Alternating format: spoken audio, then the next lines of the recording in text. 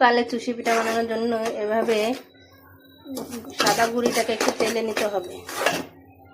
তালে চুষি পিঠা বানানোর জন্য এভাবে সাদা গুঁড়িটাকে একটু তেলে নিতে হবে। এখন আগে থেকে তাল, চিনি এবং নারকেল দিয়ে আটে রাখার সাথে যেটা আমি এঁটে রাখছিলাম তাল, চিনি এবং নারকেল, তার ভিতরে যে ভেজে রাখা গুঁড়ি দিচ্ছি, দিয়ে এখন এটাকে একটা রুটির মতন বানাতে হবে। সেনো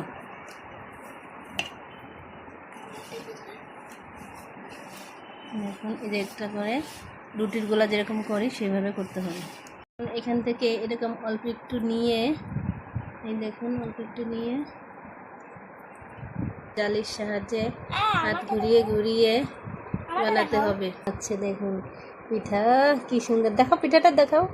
এই যে হয়ে গেল পিঠা। পিঠা বানাতে হবে পানির উপরে, যে পানি ভাপ দিয়েছি, তারপরে যেরকম ভাপা পিঠা হয় সেরকম দিয়ে একটা ঢাকনা দিয়ে এই যে ঢেকে দিব।